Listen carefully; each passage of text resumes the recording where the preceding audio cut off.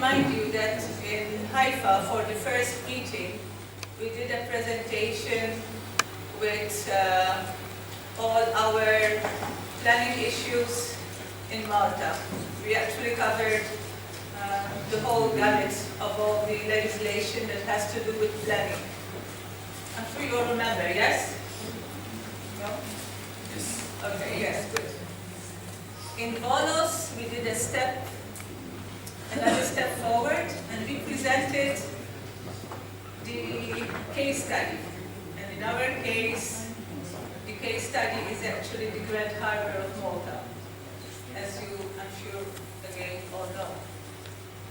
In this very short presentation that I prepared today, I am building on that, on what we've done before.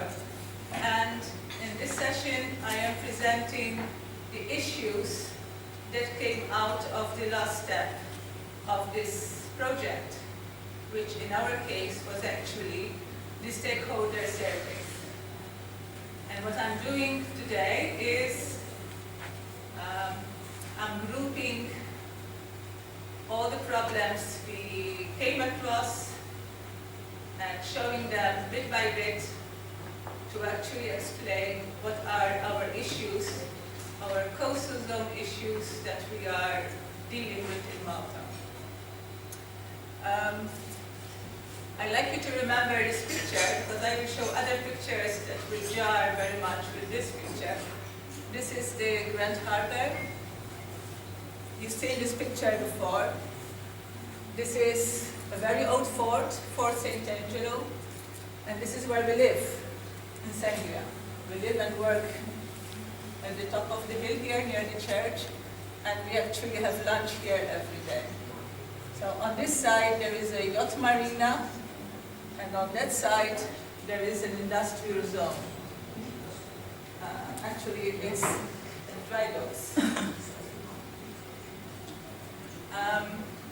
I'd like to remind you that the Grand Harbor has a long history of seafaring and boat building and shipbuilding and ship repairing, but also it has a long history of being the most densely populated area in Malta.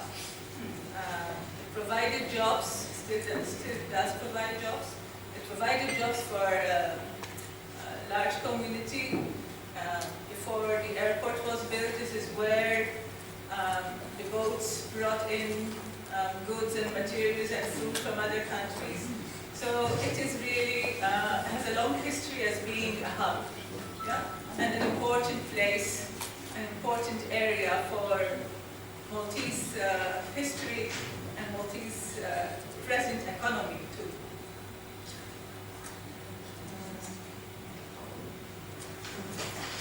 So, you may have seen this picture before, this map before. This will give you an idea that the harbor is actually a natural harbor. It is one of the best, well, it is said it's one of the most natural harbors in the Mediterranean. This one is Valletta, yeah? It is made up of very small communities. We live here, in the top, in this bit here, in Sangria, yeah? And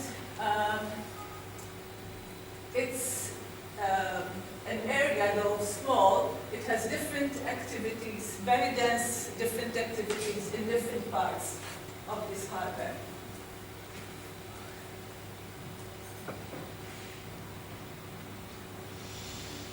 So, what did we do so far? This is just to remind you. You can all hear me, no? I don't need the mic. In the first instance, we did our research, our desk research, which we presented in Haifa and in Volos. Yeah? That was the first step. In the second step, we went out to do our stakeholder survey, and we approached all types of different people, from mayors, academic researchers, architects, artists, teachers, NGOs, lecturers at the university, all types of administrative people, and we are actually still doing this. We have not stopped with this with this part of the project. Yeah? So the whole idea now is all the issues we collected from research and from the surveys, how do we put them together and decide how to group them and look at them and address them, and decide from there what to take to the PPGIS process. Yeah? I've written this here with something in mind, because the issues came from the people, from our survey, from our interviews. Yeah? When we come to do the PPGIS practice, we plan to rearrange these issues and give them back to the people in a workshop or a series of workshops. We haven't decided yet how many, but we envisage we'll have to do about 3 workshops, PPGIS workshops, to reach each part, to target each part of the Grand Harbor. And then, with the results of these workshops, we intend to take these results and take them to the decision makers. And I can here safely say that our goal through the Mare Nostrum project is actually to influence the decision makers, our ministers, what should be really happening in the Grand Harbor, and not what they're actually planning for us now.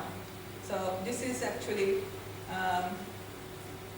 my personal goal too. Yeah?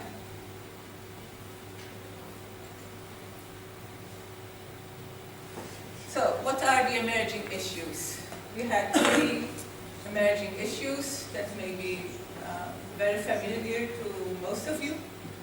The competition for space. The Grand Harbor is a very small area, and it's no use to go now and talk about the 100-meter setback, because the Grand Harbor has been built over centuries. So to go now and discuss, you want 100 meters there, it will be ludicrous. Yeah? We have overdevelopment.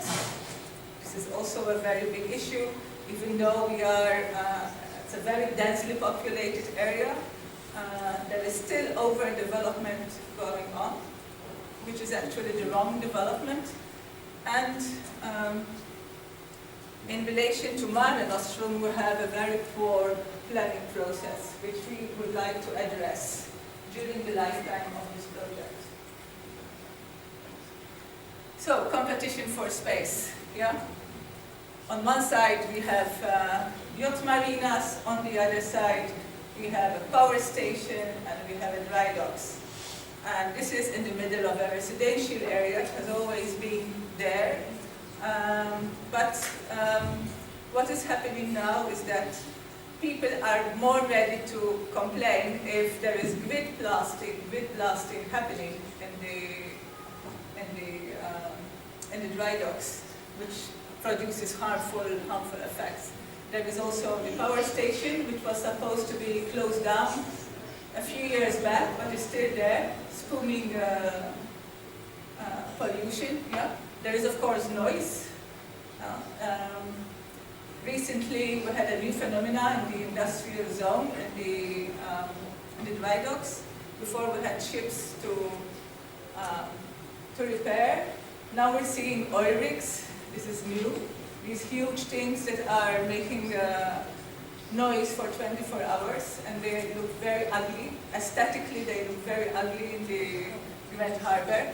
But there is this new drive to look for oil, and there is this idea to develop, what shall I call it?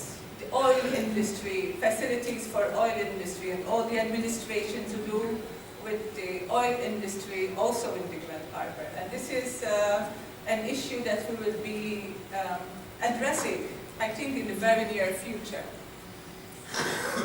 Limited space, public space, limited green. Even though we have very small, very few open spaces. Some of these open spaces are actually locked away, and you never know whether they belong to a public authority or to somebody private. Just put a lock there and say you cannot go there because there are illegal uses of the area. Yeah. There is an expanding cruise liner infrastructure increases. In actual fact, this happened where we live and work. All of a sudden, there was this idea that there would be more cruise liners coming in. So let's take part of the key and make big keys for the cruise liners to come and dock there. And this was done, again, without any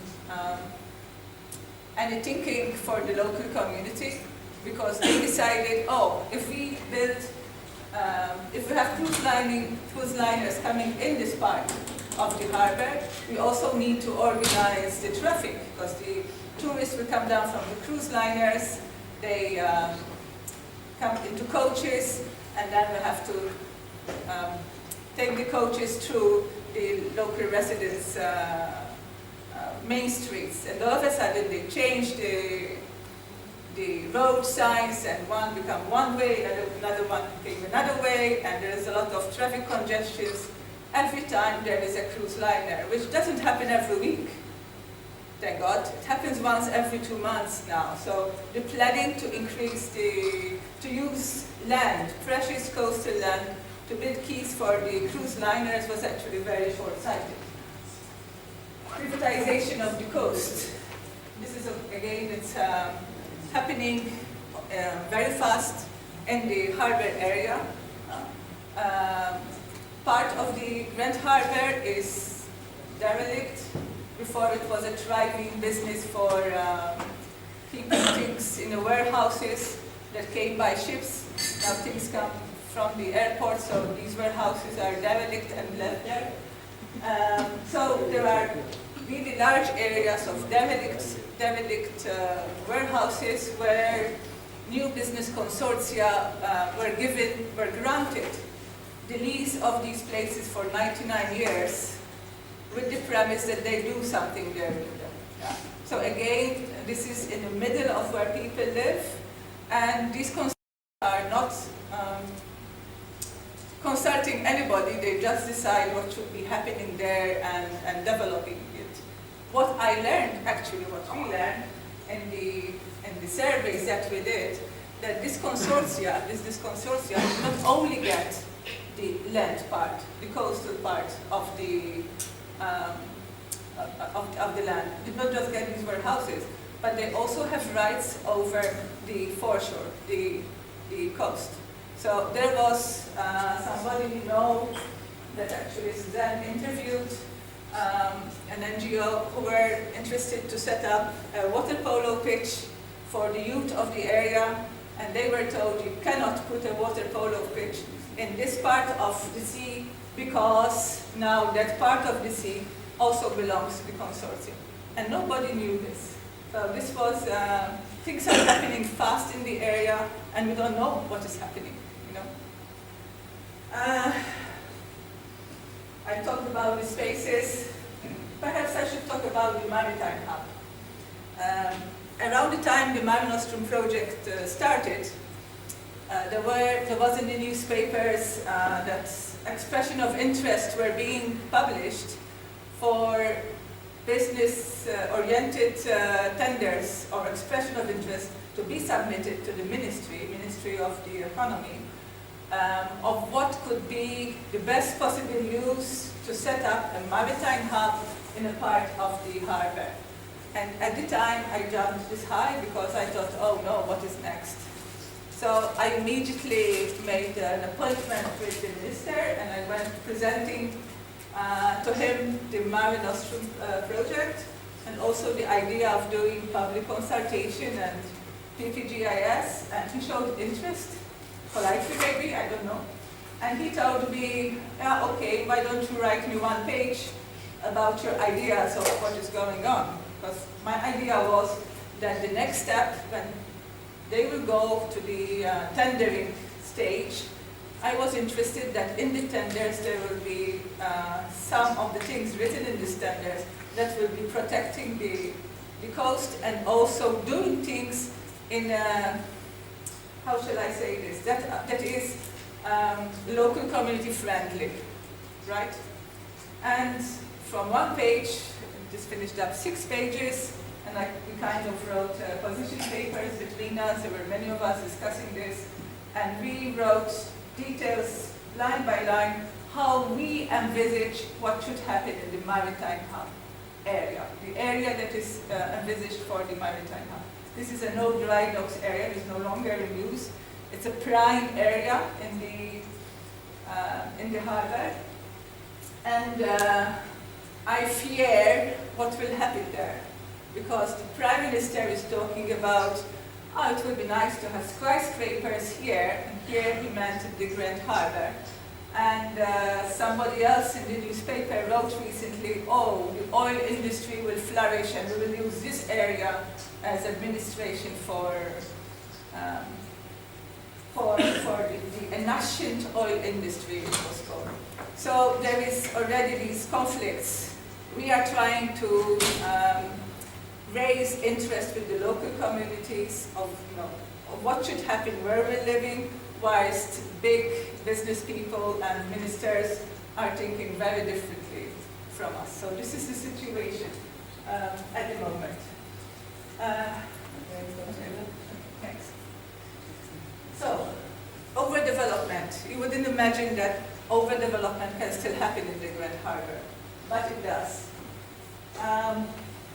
The first picture of the fort and beautiful old buildings, you come into the harbor, on one side of the harbor, this is what you see. If you look on the other side of the harbor, this is what happened in the last 15 years.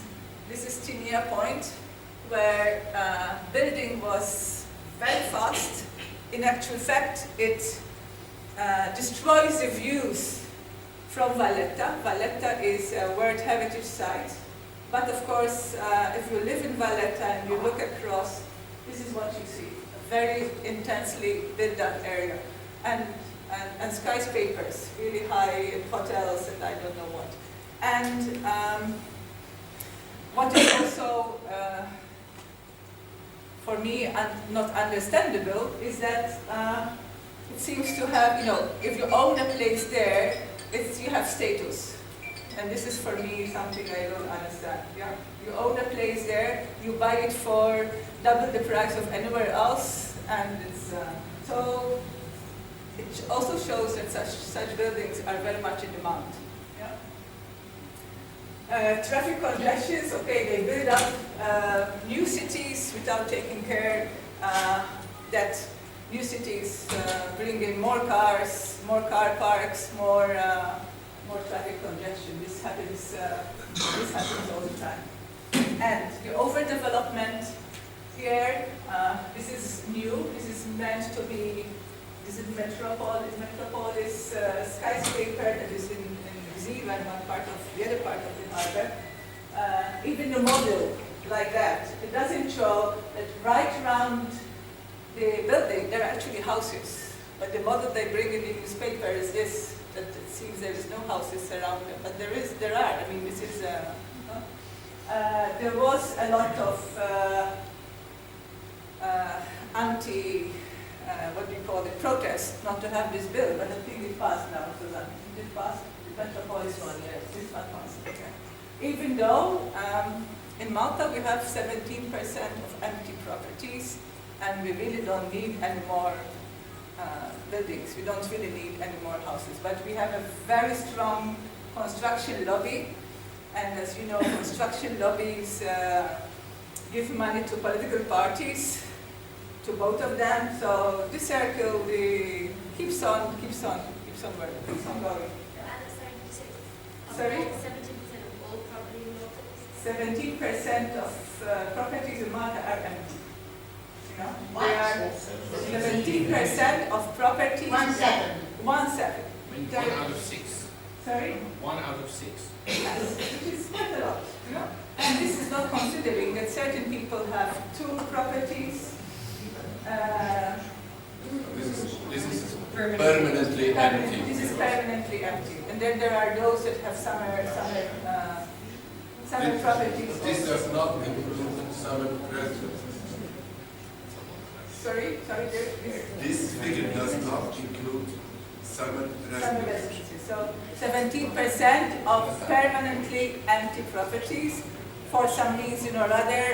If you're interested, one reason that seems to be very common is that who inhabits this property doesn't agree what to do with it, whether they should sell it or keep it or renovate it. So in the meantime, years pass, decades pass, and these properties are crumbling. So this is Mostly vacation homes by Europeans, and the financial collapse has fueled the market, and it's Spain. well, the foreigners. There are many foreigners living in Malta, but they tend to come 2 or 3 times a year, and actually they do take care of their properties. So that a lot of that. That is, for example, from where I live, Suzanne is not the only foreigner. There are many foreigners living where we live, and they normally take big properties, and they have the money to actually renovate them. And that reminds me of something else. When we want to do something to a facade of a house, we need a long planning process. But some of these foreigners get permits to change some things much faster than the locals. Anyway, I heard complaints also of this, about this from the surveys that we did. This is obviously overshadowed by tall buildings and building in valleys and flooding. Suzanne wrote something very interesting about this, that our roads are geared for cars, not for pedestrians or for cyclists. So this is very true. We are even now planning new routes that are not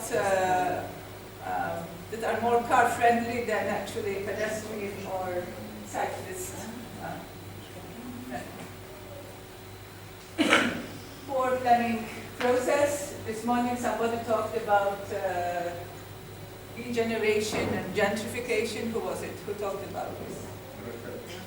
You talked about gentrification. Well, we have this phenomena since we joined the EU that we get money from the EU that has to be spent in 3 or 4 years, and some of this money goes towards gentrification or regeneration of these areas. But how this is happening very fast without any real planning, and many times the regeneration of an area that needs upgrading, it needs taking care of, happens in such a way that is not community friendly. This is something that we're seeing in many parts of the harbor. We've seen it where we live. Last year we had a very big fight with the Grand Harbor Regeneration Corporation, where they had this money to spend in 6 months, and we had a perfectly good promenade with perfectly good benches and street furniture and trees, and they wanted to rip everything up because they had the money for it. And what we have now, we save the trees even though they are not in the best condition, but what happened with this money, we got an inferior type of benches and street furniture, and we have inferior type of promenade. The materials that they use is, and this is to cry really. It's waste of money, and the planning is not done again with the local community in mind. But it was done also because this was a new thoroughfare for the cruise liner. So what we have now in this strip of the coast is a lot of new road signs and zebra crossing and a lot of street signs that were not there before to accommodate the new cruise liner industry that doesn't really exist. No consistent application of rules. We have one part of the northeastern part of the harbor that now we have a strange looking what is called smart city. It started, was it 10 years ago it started or before? About 10 years ago, huh? Before 10 years ago, there were Kuwaiti investors, they gave them this piece of land. Was already designated as rural conservation area and also as agricultural land.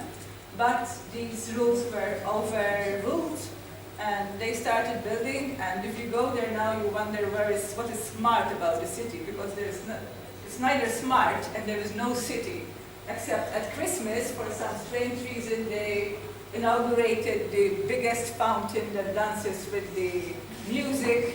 They said is the biggest in 600 kilometers around or something, I don't know. But yeah, very poor planning, very poor planning. Again, this could have been, this is an area where we went for walks. It was a rural area, very near where we live, and now it's really a total mess. There is no integrated transport system. This is again very strange. When we were young, I remember taking a boat to go to Valletta. Then this system stopped. Then the bus, everybody went by bus. Then there was recently a big problem with the bus company. I will not go into that. So they started doing again ferries between different parts of the harbor. But again, this is not integrated with the buses. So there is really work to be done there. Concentration of people. This is also something new. Well, actually not new, but now we are facing an accumulation of these issues. In one part, not far from where we live, in actually another old, what we call Old City, in Kospikwa or Bormla, there is fast building of, what would we call it, government housing. So anybody with, who is on a lower social scale is put there. So this is like creating a ghetto, you know? Anybody with a problem put him there. So of course, these are areas that, yeah, there's concentration of hotspots for crime, yeah? So this is again, this doesn't help the people themselves that are put together, and it doesn't help the local community around them. So it's again a very poor planning approach. I don't know what else. Of course, we do have a very strong NGO in Malta that does a lot of protest and shouting and writing in the newspaper, but it is not enough. We need to do much more. Yeah? Fragmented policies and responsibilities. I think we showed this in the first time in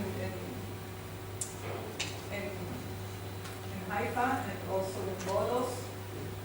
The various ministries have different jurisdictions, and basically we don't know who should be doing what and who should be enforcing what. Maybe this is something else under the header, I don't know.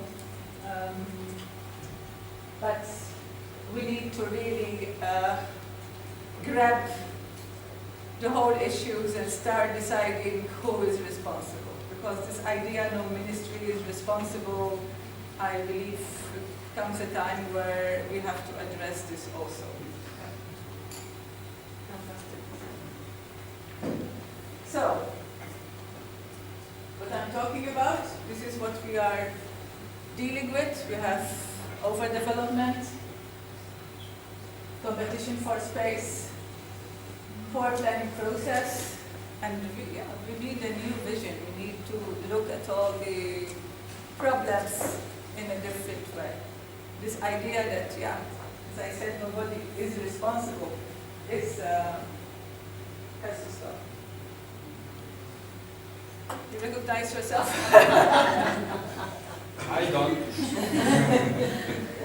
Okay, so we have already sold the idea of PPGIS to various entities when we did the stakeholder surveys. We asked each person that we were interviewing if we do a public workshop during this PPGIS, would you be interested to participate? And 95% of the people said yes, they would be interested to work with us to continue the discussion. Yeah.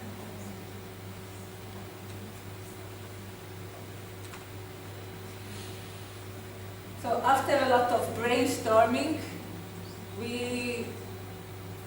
and this was not just on one afternoon or one day, this went for some weeks with us, what would be the one issue that we can take to the PPGIS practice. And I guess now you will understand why we chose the idea of open spaces. Yeah? How to protect the remaining open spaces that we have that are under threat from development pressure and poor planning. Yeah? So this is the issue that we will be taking. Yeah? Also, how to open up closed-off spaces, because there are a lot of closed open spaces. How do we make them available for the benefit of the local community? So this is part of the process I wanted to share with you that each case study may want to follow. I discussed this already a bit with Shiva, how to group all the issues and then choose one issue that you take to the PPGIS. For us, it is obvious how to keep the open spaces open, not developed. It doesn't mean not doing anything there, but whatever will be done there will be developed. I hate using this word, but whatever will be done there will be also for the benefit of the local communities. So this is our goal. This is what we intend to do in the PPGIS practice. We also chose, of course, this idea because it can be represented in a spatial manner, yeah, in a map format. What is after this? I don't know if you want to show the survey. Okay, yes, maybe what I was also asked by somebody.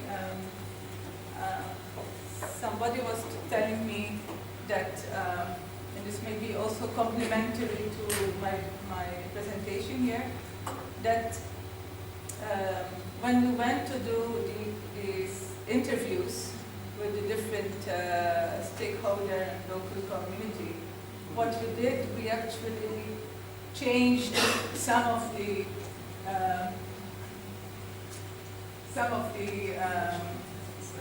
sentences to reflect our local issues.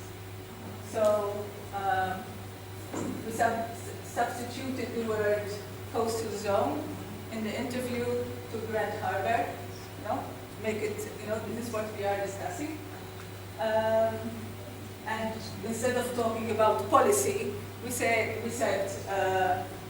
what do you think should be allowed and what should be done? So we also changed the word because not everybody is in this business and not everybody would understand what these words mean. We also asked questions like, who do you think, what are the problems and who do you think is responsible for creating these problems? But we also asked, who do you think is responsible for solving these problems? So we also asked very direct questions.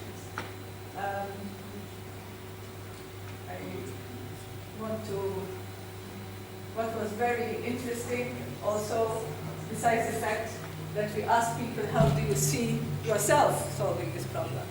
Putting the person in the moment, how does each and every one actually goes towards solving this problem.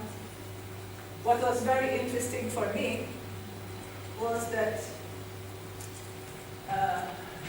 we asked if people have heard about GHRC, the Great Harbor Regeneration Cooperation. I never heard about them until, or rather I never actually bothered to acknowledge them until last year when I got to know they intended to change our promenade. Because I always thought it was the planning authority, MEPA, that was in charge of planning policies in Malta. But it seems some years back, when we joined the EU and there was money coming into the country, there was this public-private partnership set up called the Grand Harbour Regeneration Corporation, where this fell under a ministry, and the minister involved was the one who was deciding where the money goes, using the GHRC as a kind of medium to use the money in different projects. But from the interviews that we did, only one person, as far as I know, was the mayor of Virgo, who had dealings with them personally, that actually heard about the Grand Harbour Regeneration Corporation. And nowadays, well, these last 10 years, these are the people who are deciding things in the Grand Harbour. And it was very interesting to discover nobody even knew they existed. You know? They were in the media, but they were not really in the media, no. I mean, they were not hiding their existence, but they were not there in the front. I mean, investigative reporters in Malta? sorry? Investigative reporters would go after them. But they were not actually doing anything wrong, whereas than the planning authority. They were doing things because they had the money. So the planning followed them rather than they followed the planning. Actually, I should mention, we had a meeting with the planning authority, Suzanne, you were with me last August, where I actually asked them, you have drawn up very beautiful policies for the Grand Harbour. What happened to that? And they answered, oh, but those are guidelines and not really to be enforced, because they are really beautifully drawn. You know, how to regenerate, keeping the local type of atmosphere, type of storm, type of, you know. But in actual fact, this never happened. Yeah? And now we don't even hear anymore about Grand Harbour policies. And to be honest with you, I fear what will come next. Suzanne, what is the situation of this SPED at the moment? Maybe you talk about that a bit. Sure. So the SPED is the strategic plan for environmental development, which would be like the main planning policy of the country. At the moment, there is still what's called the structure plan, which is the one before that is supposed to be replaced by this plan. However, they've been stalling the issuing of this plan for about 2 years now. And in the meantime, they're speaking through a lot of other policies. Planning-related policies on tall buildings, on several issues, without having the overall structure of this overall plan that should actually guide all the other policies. So it seems like they're trying to get through the other policies before actually publishing the sort of vision document that should set out the framework. So this is the situation at the moment. In actual fact, when a document like this document, which is an important document for the whole island, you know, a planning document for the whole island, normally passes through Parliament and it must get a two-thirds majority. This is normally, according to our constitution, what happens. But this seems to be still at the back, whilst other policies with tall buildings and, you know, are just passing, as Suzanne said, with no hassle whatsoever. So this is the situation in the Grand Harbour at the moment, and we feel kind of with Mare Nostrum, we can use Mare Nostrum as, how shall I say this, our ticket to try and influence the decision makers not to go for this big overdevelopment in the area, but think of us people who live there. And this is what we intend to do with the PPGIS. How are you going to implement the PPGIS with the open spaces? Or is it something? Okay, so in my other presentation, I will go through the process of how we are approaching this.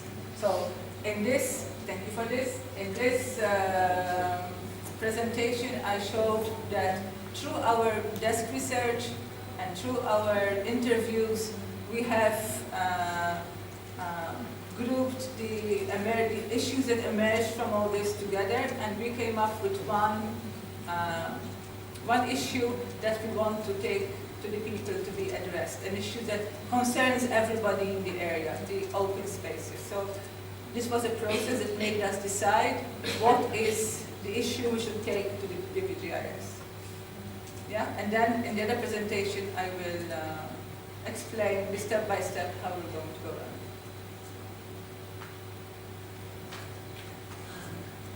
Yeah, thanks. That was really interesting. I wrote down some It's questions. on? Can you hear On? me? Is your It's microphone? on. Can you hear me? Yeah, now yes. Okay.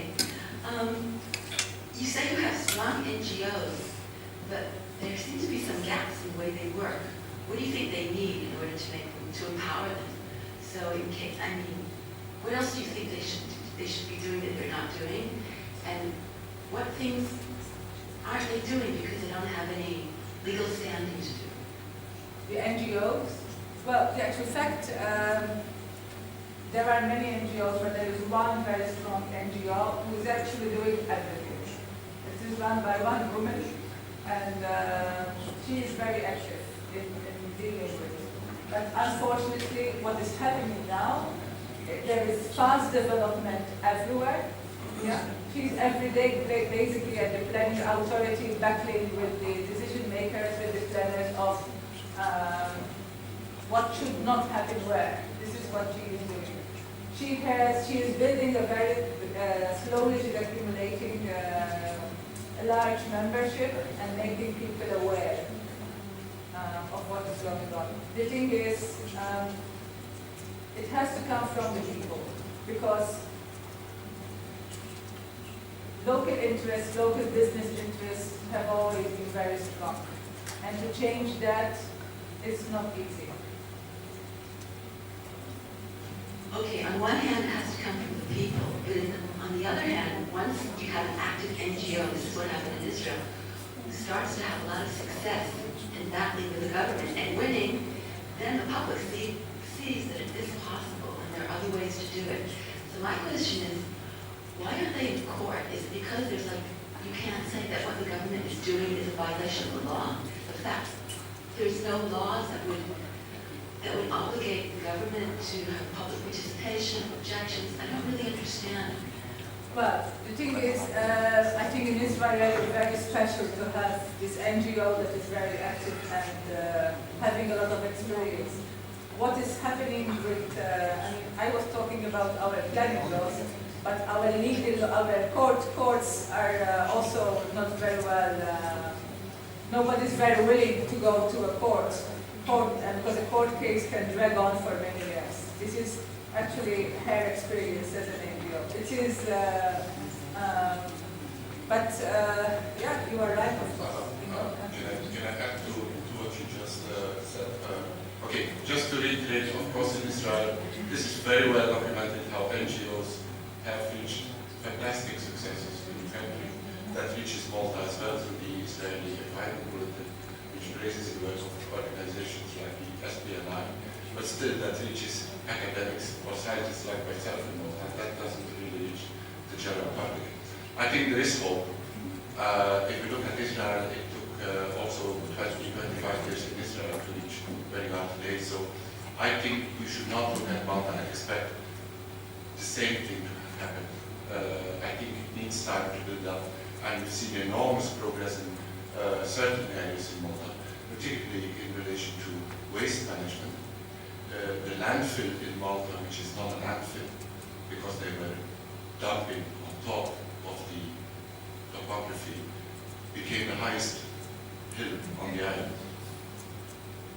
Scientists like myself could foresee that 10 years earlier, but the public didn't listen. But the public did wake up when it became the highest hill on the island, and everybody screamed. The next day, politicians are doing something about it. Okay, so give it time. But there are issues which are very difficult to get public attention to, such as groundwater. Groundwater is invisible. It's invisible. And to deal with that topic is very, very hard. Okay. I'm also president of the Malta Water Association, so I know how difficult it is. The other question you asked, are there no laws, are there no policies? So please look again in detail at our case study report. I personally think that part of the answer lies in the planning process itself. You should not forget that everything in terms of development planning in Malta is decided on a case-by-case basis. That is the planning system. That's the law. And essentially, it's the planning authority that decides on every development on a case-by-case basis. You can appeal to it, but even then, the appeals board is within the same organization. So you cannot take any issue outside that planning court system, okay? Unless you cannot, the law does not allow, unless you can claim that your human rights have been breached.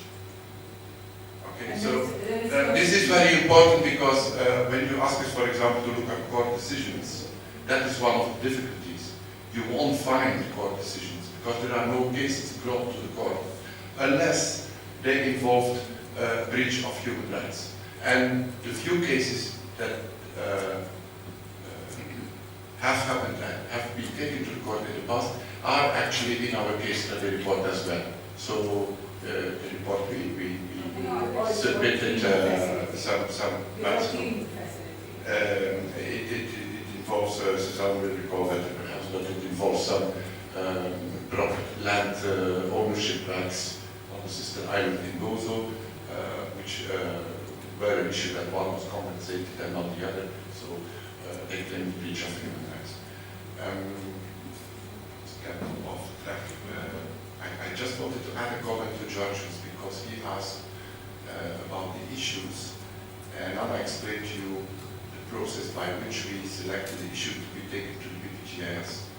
I just want to clarify, I think Anna will agree with me, that doesn't mean we are burying or forgetting about all the other issues that are in the presentation. So from my side, I know many people in the room are waiting for Anna to explain about PPGIS.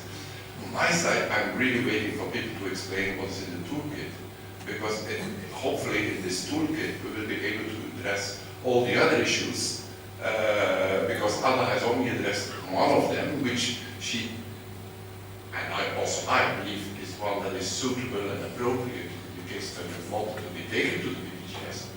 Because there are many of the other issues which are simply not appropriate or that cannot be presented in the GIS context. So, playing that was advocating, but I'm waiting for the toolkit to see which of the other issues we can tackle.